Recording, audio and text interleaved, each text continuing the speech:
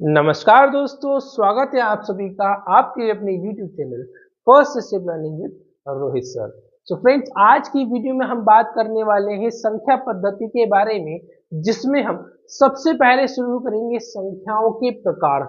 So friends, आज की video हमारे उन स्टूडेंट्स के लिए है जिनको संख्याओं के विभिन्न प्रकारों को, उनके नंबर्स के टाइप्स को पहचानने में उनको काफी परेशानी होती है, उनको काफी परेशानी का सामना करना पड़ता है। सो आज की वीडियो हमारे उन खास स्टूडेंट्स के लिए जो ये पहचान नहीं पा रहे हैं, जिनको समझ में नहीं आ रहा है कि भाई संख्या जो होती है, सम संख्या क्या होती है, विषम संख्या क्या होती है, तो वही प्राकृत संख्या किसे कहते हैं, तो पूर्ण संख्या किसे कहा जाता है, वही भाज्य संख्या क्या है, तो अभाज्य संख्या क्या है।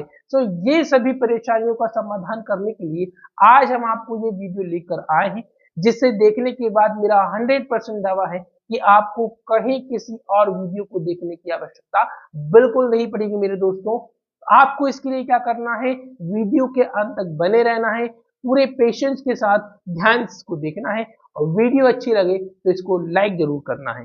तो फ्रेंड्स, आइए शुरू करते हैं और जानते हैं हमारी सबसे पहली संख्या। ठीक है, तो संख्याओं के प्रकार में हमारी पहली संख्या आती है प्राकृत संख्या। तो मेरे दोस्तों, प्राकृत संख्या क्या होती है? तो भाई बहुत ही सिंपल सा कंसेप्ट है यहाँ पर। जो संख्याएं एक से शुरू होती हैं, किससे शुरू होती हैं? जब संख्याएं एक से शुरू होती हैं और एक दो तीन चार से चलते हुए अनंत तक की सभी संख्याएं प्राकृत संख्याओं में गिनी जाती हैं मेरे दोस्तों। ठीक है, कहाँ से शुरू होती है? एक से शुरू होती है। कहाँ तक पहुंचती है? अनंत तक पहुंचती है, जिसका कोई अंत नहीं हो। ठीक है, संख्याओं का, गिनती का कोई अंत नहीं है, इसलिए इसको अनंत बोला जा रहा है। लेकिन शुरुआत कहाँ से होनी चाहिए? एक से होनी चाहिए। ठीक है, तो जहां पर संख्याएं एक से शुरू होंगी और अनंत तक पहुंचेंगी, वो सभी संख्याएं आपकी प्राकृत संख्याएं कहलाएंगी मेरे दोस्तों। ठीक है ना? चलिए, अब बात करें पूर्ण संख्या की। तो भाई पूर्ण संख्या, तो आप देख सकते हैं यहाँ पर भी 1 2 3 4 लिखा हुआ है, यहाँ पर भी 1 2 3 और अनंत की बात हो रही है। बट यहाँ बट ही तो यहाँ पर फर्क पैदा कर देता है मेरे दोस्तों, कि भाई यहाँ पर सिर्फ एक शून्य के आगे लग जाने से, किसके? एक शून्य, एक जीरो के यहाँ आगे लग जाने से मेरे दोस्तों यहाँ पर ये प्राकृत से पूर्ण संख्याओं में शामिल हो जाती है दोस्तों। तो मतलब क्या है? जब संख्याएं शून्य से प्रारंभ होती हैं, कहाँ से? शून्य से प्रारंभ होती हैं और शून्य 1 2 3 4 और इस तरह से चलती है अनंत तक, इनफाइनाइट नंबर्स जो है, ठीक है, अनंत तक की सभी संख्याएं जो है यहाँ पर पूर्ण संख्याएं कहलाती हैं दोस्तों। ठीक है, तो प्राकृत और पूर्ण में क्या फर्क है? मामूली सा फर्क है। जब संख्या एक से शुरू होगी और अनंत तक जाएगी, जिसका कोई अंत नहीं होगा, उसे हम प्राकृत संख्या का नाम देंगे। वही अगर संख्या शून्य से प्रारंभ होती है और शून्य 1 2 3 चलते हुए अनंत तक जाती है, तो हम उन्हें पूर्ण संख्या कहते हैं। ठीक है दोस्तों, तो भाई अब कभी कभी आपसे एग्जाम में पूछा जा सकता है कि क्या शून्य एक प्राकृत संख्या है? तो बताइए आपका इसके लिए क्या जवाब होगा? क्या शून्य एक प्राकृत संख्या है? तो आप कहेंगे नहीं सर, शून्य एक प्राकृत संख्या नहीं है, शून्य क्या है? पूर्ण संख्या है। ठीक है, ओके। और एक क्या है? प्राकृत संख्या भी है, पूर्ण संख्या भी है ना? एक को हम प्राकृत भी कह सकते हैं, पूर्ण भी कह सकते हैं, लेकिन शून्य को प्राकृत नहीं कह सकते हैं, वो सिर्फ पूर्ण संख्या है, प्राकृत इसे नहीं कहा जाएगा। ठीक है दोस्तों, तो मेरे ख्याल से अब आपको प्राकृत और पूर्ण संख्या दोनों में ही फर्क समझ में आ गया है, दोनों में ही डिफरेंस आपको एकदम क्लियर है। ठीक है, अब आप इसमें कंफ्यूज नहीं होंगे। चलिए, अब इसी के बाद हम जानते हैं सम और विषम संख्याओं के बारे में। सो दोस्तों, आइए चलिए देखते हैं हमारे अगले प्रकार को, सम संख्या। ठीक है, तो अब हम सम और विषम, ठीक है, मीन्स इवन और ऑड नंबर्स हम जानने वाले हैं। सम संख्या जिसे हम क्या कहते हैं? Even number. ओके, क्या कहते हैं? इवन नंबर कहते हैं। और वही विषम संख्या जिसे हम ऑड नंबर कहते हैं। ओके दोस्तों, तो इवन और ऑड, सम और विषम क्या होते हैं? तो बहुत ही सिंपल सा कंसेप्ट है, इसको पहचानने के लिए आपको क्या करना है? जब किसी संख्या का इकाई का अंक कौन सा? इकाई अंक, यूनिट प्लेस। ठीक है दोस्तों, कौन सा? यूनिट प्लेस देखना है। क्या देखना है? यूनिट प्लेस देखना है। और यूनिट प्लेस पर क्या होना चाहिए? 0, 2, 4, 6 या 8, इनमें से कोई अगर अंक हो तो उसे हम सम संख्या कहते हैं। ठीक है दोस्तों, क्या होना चाहिए? 0, 2, 4, 6, 8 ये होने चाहिए। कहाँ होने चाहिए? यूनिट प्लेस पर होने चाहिए, इकाई के अंक पर होने चाहिए। ठीक है, एग्जाम्पल्स की बात करें तो एग्जाम्पल्स आप और अच्छे से समझ जाएंगे। जैसे कि मान लीजिए आपके पास ये संख्या है। ठीक है, अब आपको पूरी संख्या नहीं देखना है, सिर्फ आपको क्या देखना है? इसका यूनिट प्लेस देखना है, इकाई का अंक देखना है। ठीक है, और इकाई का अंक क्या है? 8 है। ठीक है, तो 8 है तो मतलब ये पूरा नंबर भी क्या है? इवन नंबर है, सम संख्या है मेरे दोस्तों। ठीक है, कहने को तो आप ये भी कह सकते हैं कि भाई जिन नंबर्स में 2 से डिवाइड हो जाए, जो संख्याएं 2 से भाग चली जाएं, वो सभी सम संख्या होती है। लेकिन अगर आप इससे करने बैठोगे तो भाई पहले पूरे नंबर को क्या करना होगा? 2 से भाग देना होगा। भाग देंगे उतनी देर में तो हम 10 संख्याओं को सम विषम करना बता सकते हैं। सिर्फ आप ये ध्यान रखें कि भाई इकाई के अंक पर अगर ये अंक है, ठीक है, इकाई के स्थान पर अगर ये अंक है तो आपकी संख्या सम है।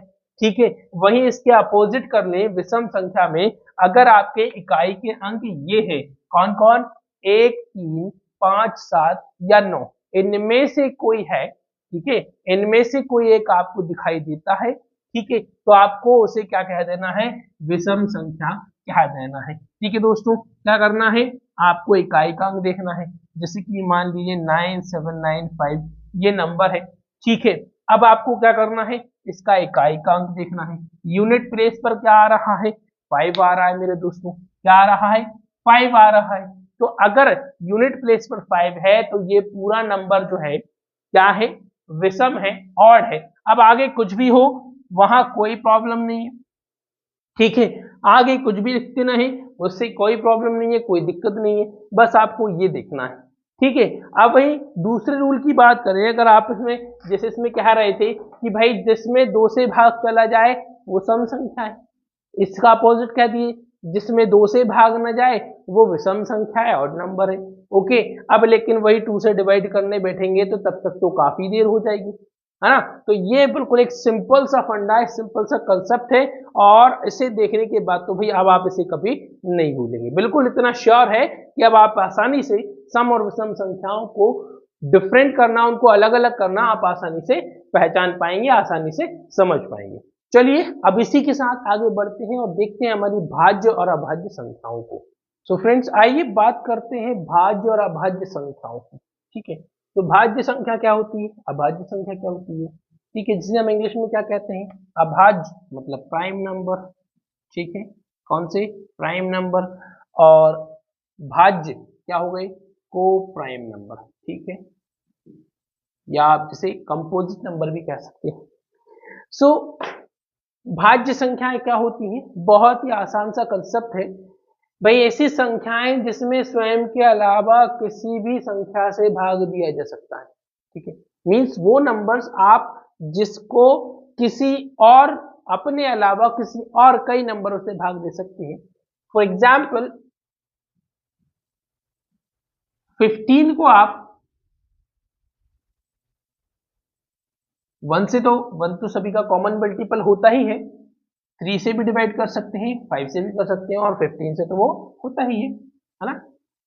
18 की बात करें या 24 की बात करें, ये अपने अलावा भाई 2 से डिवाइड हो सकता है, 3 से हो सकता है, 4 से हो सकता है, 6 से हो सकता है, 8 से हो सकता है, 12 से हो सकता है, 24 से हो सकता है। देखिए इसको डिवाइड करने वाले कई सारे नंबर है ना।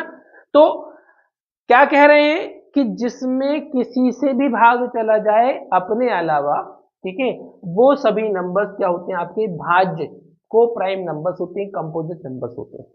ठीक है, जस्ट उसका अपोजिट कर दे, ऐसी संख्याएं जिसमें स्वयं के अलावा किसी अन्य संख्या से भाग नहीं जाता है। ठीक है, ओके, यहाँ एग्जांपल्स की बात करें, भाई यहाँ क्या बात हो रही थी? जिसमें किसी से भी भाग जा सके। यहां बात हो रही है जिसमें अपने अलावा और किसी संख्या से भाग देने की हिम्मत नहीं है, इसको भाग दे ही नहीं सकता है। फॉर एग्जाम्पल 5 को आप सिर्फ 5 से ही डिवाइड कर सकते हैं, किसी और नंबर से डिवाइड नहीं कर सकते हैं। 13 हुआ आपका, 17 हुआ आपका, 19 हुआ आपका, 23 हुआ, ठीक है। तो कुछ ऐसे नंबर जो सिर्फ अपने आप से ही डिवाइड हो सकते हैं, या यूं कहे कि जो सिर्फ अपने ही टेबल में आते हैं, जिनमें अपने अलावा किसी और से डिवाइड नहीं हो सकता है, वो सभी नंबर जो हैं आपके प्राइम मीन्स अभाज्य संख्याएं कहलाती हैं मेरे दोस्तों। और बस यही सिंपल सा कंसेप्ट है। आप और सिंपली याद रखना चाहें तो क्या कर सकते हैं भाई, जो सिर्फ अपने ही टेबल में आते हैं वो भाज्य है, जो किसी भी टेबल में आ जाए वो अभाज्य है, सॉरी भाज्य है। तो क्या हो गया, भाज्य क्या हुआ, जो किसी भी टेबल में आ गया, और अभाज्य क्या हो गया, जो सिर्फ अपने ही टेबल में आता है। ठीक है ना मेरे दोस्तों, कंसेप्ट एकदम क्लियर है, बहुत ही सिंपल सा है और बहुत ही अच्छा कंसेप्ट है, एंड आई होप आपको एकदम क्लियर हो चुका है। सो फ्रेंड्स, ये थी हमारी संख्या पद्धति की वीडियो, जिसमें हमने संख्याओं के प्रकार पहचानना बहुत अच्छे तरीके से समझ लिए हैं, एंड आई होप आप सभी को ये बहुत अच्छे से समझ में आ गया है। अब आपको कहीं कोई परेशानी नहीं आने वाली है, इतना मुझे पूरा विश्वास है। वीडियो अच्छी लगी है तो दोस्तों वीडियो को लाइक जरूर करें, वीडियो को ज़्यादा से ज़्यादा लोगों तक शेयर करें, और अभी तक आपने हमारे चैनल को सब्सक्राइब नहीं किया है तो चैनल को सब्सक्राइब करना न भूलें। इसी के साथ मिलते हैं अगले वीडियो में, तब तक के लिए जय हिंद, जय भारत।